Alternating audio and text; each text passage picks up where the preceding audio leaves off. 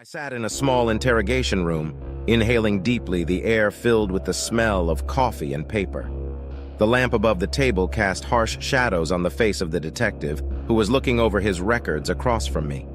I thought back to everything that had happened in the past few months and realized that this conversation would change my life forever. "Tell me everything from the beginning," Detective Green finally said, looking up. His eyes carefully followed my every move. "It started a few months ago," I began, recalling that first call. "I got a message from an old friend, Jack. He was asking for help.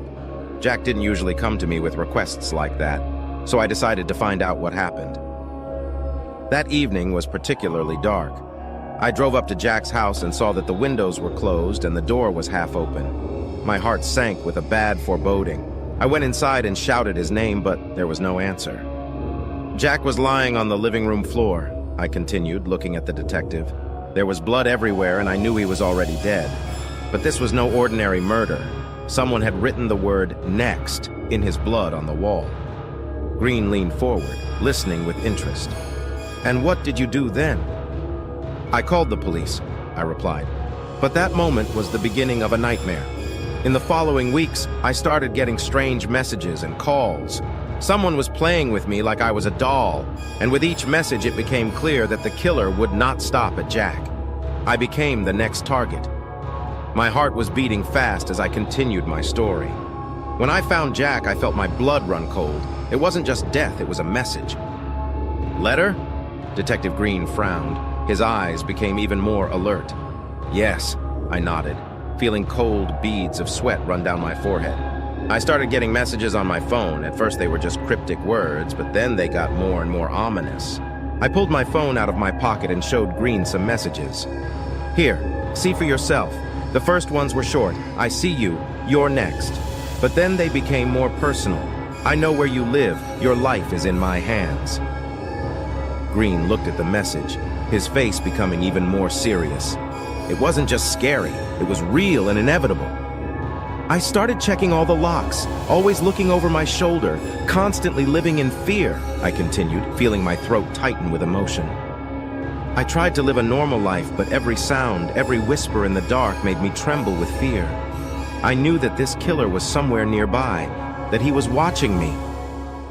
"What happened next?" Green asked, not taking his eyes off me. "One day I came home and found the door open. I froze on the spot, but I gathered my strength and went inside. Every room was turned upside down. All my things were scattered, the furniture was broken, but the worst was in the bedroom. There on the wall were large in red letters it was written, 'You are mine.' That was the moment I realized I had to act." My voice trembled, and I felt my heartbeat even faster. "I packed all my things and moved to a motel on the other side of town, but even there I didn't feel safe. The killer was too close." Green looked at me with understanding. "And then you turned to us." "Yes," I nodded, taking deep breaths to try to calm myself down. But I didn't know that this was only the beginning of my horrors. Memories rushed through my head like a tornado, and I could barely contain myself to continue to tell. I felt myself sinking back into the fear and panic that had become my constant companions. Green watched me carefully, his gaze piercing but not judgmental. He wanted to know more, and I was willing to share. "Moving into a motel has given me no peace," I began, clenching my fists to keep myself from shaking. I felt that the killer was always nearby, that he was breathing down my back. One evening, I returned to the motel after a long day at work. Dusk had already fallen on the city, and the streets were empty. When I opened the door to my room, I was greeted by the same horrible feeling I had had in Jack's house. Everything was in its place, but it felt like someone was here. Every corner of the room seemed suspicious, and I slowly walked around the room, listening for every sound. I couldn't sleep. That night I kept hearing whispers and footsteps behind the wall. It seemed to me that the door was about to open and someone would enter the room, I continued, feeling goosebumps running through my skin from fear. Then I decided I needed to find the killer myself before he found me. "Did you try to find him?" Green asked in surprise. Yes, I nodded, feeling bitter on my lips. I collected all the messages, all the threats, and started looking for clues. Each message was written in different fonts and from different phones, but they all had the same signature. M. That was the only clue. I decided that this could be the key to the solution, and began to check all possible connections. I remembered that Jack had once talked about an old acquaintance named Marcus, who had always been a bit strange. Marcus worked at the local library and was a real fan of mysteries and crime stories. I decided to visit him, I continued, remembering that day. Marcus received me with a smile, but I saw something disturbing in his eyes. We talked for several hours, but I could not shake the feeling that he was hiding something. Then I found an opportunity to go into his private office and saw something that froze me from horror. On the wall in his office hung newspaper clippings about all the murders in our city over the past few years, and the worst thing was that among them I saw a clipping with a photo of Jack and me. There was a picture of me and Jack, and it said "Next Up." My voice shook and I felt tears welling up in my eyes. I realized that Marcus was the killer. He was playing with us like cat and mouse, and now I was his new toy. I sat in front of Detective Green, feeling a wave of emotion wash over my body. Every detail, every moment of horror came back as if I were reliving those events. When I saw the pictures on Marcus' wall, everything inside me froze, I said, trying to steady my breathing. I felt the ground go away from under my feet. It was a real nightmare. "What did you do then?" Green asked, leaning in closer, his face serious and focused. I slowly moved away from the wall, trying not to give myself away. Marcus was in the next room and I heard him humming something. I ran a hand down my face, feeling a cold sweat. I was trying to think of a reason to leave quickly, but then he walked into the room and saw me in front of a wall of photos. His face changed in an instant, I continued, clenching my fists to hold back the shaking. His eyes were burning with anger, and he was approaching me step by step. I realized that I was trapped. Marcus stopped in front of me, his breathing heavy and ragged. He smiled, but it was the smile of a predator smelling prey. "You've learned too much, my friend," he said, his voice low and menacing. I realized I had to act fast, I continued, feeling the panic rising. I pushed him away and ran for the door. The exit was so close, but I felt like he could catch up with me at any moment. Marcus rushed after me, and I heard his footsteps behind me. Adrenaline pushed me forward, and I ran outside without looking back. I was running as fast as I could. My heart was beating like crazy. I knew if I stopped, it would be the end. "I took refuge in the nearest cafe and called you," I finished, taking deep breaths and exhaling. But even then, I didn't feel safe. I felt that he was watching over me, that he was always somewhere nearby. Green listened intently, his gaze becoming even more serious. "Well, find him," he said, steel in his voice. "But I need you to stay safe and help us collect all the evidence. This man is dangerous, and he won't stop." I nodded, feeling a wave of fear rising in my soul again.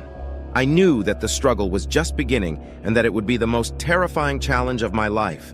My body was shaking, but I knew I had to continue the story. A feeling of hopelessness gripped me, as if I was facing that horror again. "After talking to you, Detective, I went back to the motel, but now I was even more alert. Every sound in the dark, every rustle made me panic," I said, my hands still shaking. I locked myself in my room, checked all the locks 3 times, but even then I didn't feel safe. I tried to sleep, but every time I closed my eyes, I saw his face, his smile. I continued, feeling my throat tighten. From fear. He knew where I was. I could feel it. "And then what happened?" Green asked, his voice soft but demanding. "The next morning, I woke up to a knock on the door. It was the owner of the motel. He looked worried and asked me to come out. I asked what the matter was, but he just said, 'You have to see for yourself.' He led me to my car. There was a big red cross painted on the hood. My blood froze in my veins. It was another message from Marcus. He was playing with me, making me feel the fear of every moment. I realized I couldn't stay at the motel. I packed my things and decided to move in with a friend, Mike, who lived on the other side of town. I didn't want to drag him out, but I didn't see any other option, I said, feeling like the heart was beating faster. I called Mike and explained the situation. He agreed to help, and I immediately went to see him. When I arrived at Mike's place, he was already waiting for me. We talked for hours, and I felt relieved that I was not alone in this struggle. But even then, I knew Marcus wouldn't stop. Mike was a true friend. He helped me stay calm and think about our actions. But one night when we were sitting in the kitchen talking about a plan of action, the lights in the house suddenly went out, I said, feeling my voice shake with terror. We heard footsteps outside the window. Mike grabbed a kitchen knife and I reached for the phone to call the police, but there was no connection. We were in the dark, unable to communicate with the outside world. Every sound outside the window seemed closer and closer. We knew it was him. He came for us. Green listened intently, his eyes strained. What did you do then? We stayed in the house trying to defend ourselves. Mike was ready to fight, but I had a feeling this was just the beginning of a new horror. We knew Marcus wouldn't stop until he got his way, I finished, feeling my hands turn cold later. It was a battle for survival, and we found ourselves in the middle of this nightmare. Darkness enveloped us. Every sound echoed in a heart that was beating wildly. I looked at Mike, at his clutched knife, and felt fear flood me from head to toe. We were like two mice in a trap, and I couldn't shake the feeling that Marcus was somewhere nearby, hiding in the dark. We can't just sit here, Mike whispered, his voice shaking. We have to do something. I nodded, forcing myself to move. We slowly made our way to the door, trying not to make a sound. Step by step, breath held, we reached the corridor. Suddenly, the door exploded with a loud bang, and we jumped back. It seemed like Marcus was deliberately toying with us, making us feel completely helpless. I could feel the panic rising inside me, threatening to consume me whole. "He's here," Mike whispered, his eyes wide with fear. Then we heard his voice, hoarse, low, as if he were whispering directly into our ears. "I know you're here," Marcus said, each word like a blade cutting through the silence. "You will not hide from me." My heart was beating so hard it felt like it was going to jump out of my chest. I could feel a cold sweat running down my back, and every nerve in my body was taut like a string. Mike waved the knife, gesturing for me to stay back. We began to move back, trying to find a way to escape, but Marcus continued to speak, his voice echoing from every corner of the house. "You think you can escape? You belong to me." Then the worst thing happened. The light flashed for a moment, and we saw his figure in the doorway.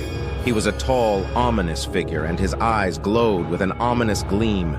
I felt panic grip my mind. "Run!" shouted Mike, and we rushed forward, passing Marcus. We ran outside, but he was faster. He grabbed my shoulder, and I felt his cold fingers tighten around me. I struggled to break free, but Marcus was too strong. "You won't run away from me," he hissed, his breath burning my skin. But then Mike, gathering all his strength, stabbed Marcus. He cried out in pain, and I took this opportunity to break out of his grip. We ran again, this time without stopping, without looking back. We ran to the nearest police station, our legs barely able to withstand the strain. Every step was painful, but we did not stop. We knew that if we stopped, it would be the end of us. When we finally reached safety, I felt tears streaming down my face. It was a horror I will never forget. We knew that this was only the beginning of our fight against Marcus, but now we had hope that we could stop him. "You made the right choice by coming here," Detective Green said when we told him exhausted everything. "We won't let that monster hurt you again." But I knew the fight was far from over. That terror, that fear that gripped me when I heard Marcus' voice was just the beginning. Now it was up to us to find him and stop him before he found us again. We were sitting in the police station, and every second that passed was an ordeal. I could feel my mind playing with reality, fear and tension flooding my thoughts. My hands were cold with fear, and I stared at Detective Green, hoping he would find a way to save us. "We have to be ready for anything," Green said, his voice calm but the worry in his eyes visible. "Marcus is not just a psychopath. He is very intelligent and dangerous." "We can't just sit here," I replied, trying to control myself. "He will find us if we don't act. We have to do something." "We're already doing everything we can," Green said. "But you need to stay safe. Stay here until we find out where he is." Mike and I agreed, although feelings of powerlessness and fear filled us. Every sound outside the window made us jump. Every knock was a possible signal from Marcus. My mind couldn't rest. It kept going back to every horrible moment over and over again. We sat in the station all night, I continued, my voice shaking and my eyes red from lack of sleep and tears. Every time I closed my eyes, I saw Marcus' face, his terrifying smile. In the morning, when I was finally trying to sleep, we were woken up by a phone call. Green said they have new data. It turned out that Marcus apparently tried to attack another victim in another area, but the police managed to intervene in time. "We found him," Green said, his voice strained. "But he was able to escape. Now we have information about possible places where he may be hiding." "We must go after him," I said, feeling my heart pound again with fear and determination. "We can give him another opportunity to do damage." "You must stay here where it is safe," Green repeated, but I could see that his resolve was weakening. "We'll try to find him and stop him, but for now, stay safe." I could feel my fear turning to despair. If only I could do something to stop it. My mind was filled with thoughts of what might happen if Marcus came for us again. I could no longer bear this unknown. We were allowed to go back to Mike's apartment again, even though I knew it wouldn't make us safe. Every time I looked out the window, I expected to see the figure of Marcus in the darkness. Every noise was like an alarm bell for me. That evening, we received another call from Green. He confirmed that new traces of Marcus had been found in the area, but he had fled again. Every new day, when I learned about new attacks and new victims, my fear and feeling of powerlessness only increased. "What do we do next?" Mike asked, his voice filled with anxiety. "How can we live in such fear?" I looked at him, trying to find words of comfort, but my own fear and anxiety made it impossible. I understood that we were trapped in a terrible nightmare, and I had no guarantee that we would be able to get out of it alive. Only one thing was clear: our struggle had just begun, and now we must find a way to defeat this unknown and deadly challenge. We spent the night in Mike's apartment, but the sleep was far from restful. Every sound, every rustle made me jump in fear, as if I were trapped and every movement expected Marcus to reappear. "I can't live like this anymore," I finally told Mike, waking up with sweaty hands and a heart beating so fast it felt like it was going to jump out of my chest. "We have to do something. He won't stop until he finds us." Mike, sitting on the kitchen table and holding a cup of coffee, looked equally despondent. "I understand," he said, his voice hoarse from lack of sleep and fear. "But what can we do? All the police are looking for him, but he runs away again and again." I knew it was true, but my anxiety kept me at bay. I knew I had to find a way to not only stay safe, but also help the police catch Marcus. Every moment of delay could cost another life. "Maybe we could try to find something we missed," I suggested. "Perhaps there are some clues that haven't been seen yet." Mike nodded, but his eyes were sad. "Maybe, but where do we start?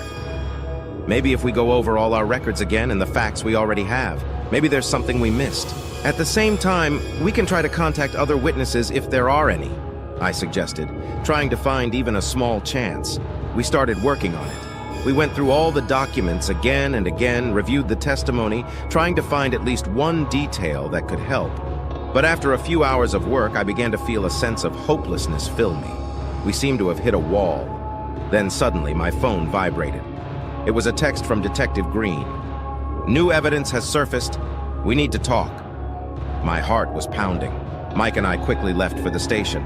Green greeted us with a small smile on his face, but his eyes were serious. "We found something," Green said. "We have new evidence that may help." "What it is?" I asked, feeling the tension rise again. "A person who lived nearby saw Marcus but could not recognize him. She noticed that he was wearing a strange medical suit," Green explained. "Perhaps this will help us narrow down our search." "A medical suit?" I repeated, trying to understand what it could mean. "Perhaps this is a sign that he has some kind of medical education or works in the medical field." "Maybe," Green confirmed. "We'll be checking out all the medical facilities in the area, but we need your help. Maybe you could remember something you saw or heard that might help." We returned to Mike's apartment, full of new hope, but also fear. After all that had happened, each new piece of information was like a light at the end of the tunnel, but I knew that even with the new evidence, Marcus was still very dangerous. Night came again and I tried to find sleep, but fear consumed me again. I could not sleep. My thoughts did not give rest. I found myself in the middle of a terrible game, and the only question left was whether we could find Marcus before he found us. From morning to night, we looked at all possible medical facilities, talked to the employees, and each time we received the same answers over and over again. No one saw anything suspicious. It seemed that our efforts were in vain, and I was beginning to lose hope. Every step, every disappointment added to my fear and sense of hopelessness. Mike and I were sitting in a cafe trying to take a break from the constant investigations. I tried to drink coffee, but the liquid was tasteless, and so was our situation. "We didn't find anything," Mike said, his voice shaking with fatigue. "It seems we're going nowhere." "Maybe we're just not seeing the whole picture," I replied, even though I could feel my mind beginning to lose clarity. Maybe we missed something important. At that moment, my phone vibrated again. It was a text from Green. Another message from a witness, something new. We quickly arrived at the station. Green greeted us with an even greater sense of urgency than before. "The witness we spoke to today provided new details," Green said. "He saw Marcus hiding in the basement of an old house that seemed abandoned." "Where is this house?" I asked, already beginning to feel my determination growing again. "This house is on the outskirts of town," Green explained. "We've already sent a group there, but we'd appreciate it if you could help." We set off again, my heart beating wildly. On the way to the old house, I could feel every second bringing us closer to a possible confrontation with Marcus. Every sound, every shadow was like a hint that we were close. When we finally got to the old house, it looked ominous. The gloomy building with cracked walls and broken windows seemed immersed in a silence that was like an echo of our fear. I could feel my hands shaking as we approached the door. "Mike, be careful," I whispered, my heart beating so fast I could feel it in my throat. "Marcus may be inside." Mike nodded and took the role of the first, knife drawn at the ready. We opened the door and broke the silence of the old house with all our might. The interior was dark and dusty, and every step we took sounded like thunder. We had gone through several rooms when suddenly we heard a noise. I felt the blood freeze in my veins. The sound was perfectly familiar, approaching footsteps. I looked at Mike and his face was pale with fear. "Marcus," I whispered, feeling the fear wash over me. "Is here!" We continued to move, but each step we took was slower and more careful. Suddenly I noticed how one of the dark corners of the house looked suspicious. We got closer and found an old hatch that led to the basement. Mike looked stubborn. "We should check," he said, and we descended the stairs into the darkness. Below, we found several racks of medical instruments and old documents, but more importantly, we found notes that appeared to belong to Marcus. They had details of his plans, an impressive number of casualty lists, and pictures of us. My fear peaked when I saw these records. It was like he was running our game and we were his pieces on the chessboard of death. "We can't stay here," I whispered. But at that moment, we heard a noise behind us. Marcus was close, and to feel his presence was like being punched in the stomach. "Let's run!" shouted Mike, and we rushed to the exit. But suddenly a sound is heard, as if something heavy has fallen. I could feel the fear filling me, and I was certain that this was the end of us. We ran out of the house and narrowly avoided the trap Marcus had set for us. Our hearts beat with terror, and even in the darkness of the night sky, I felt that I was once again under his gaze. We reached the police station, and I felt tears streaming down my face again. "He already knows about us," I said, trying to hold back my sobs. "We must act quickly before he makes his next move." Green looked at us with great alarm. "We'll work on it, but you need to stay under guard. Don't leave the house until we're sure he's in custody." We returned to the apartment filled with fear and anxiety. The night was unbearable again, and I couldn't shake the feeling that Marcus was closing in, ready to strike again. Every noise, every shadow was a reminder that we were once again at the center of his deadly game. The night passed like a terrible nightmare.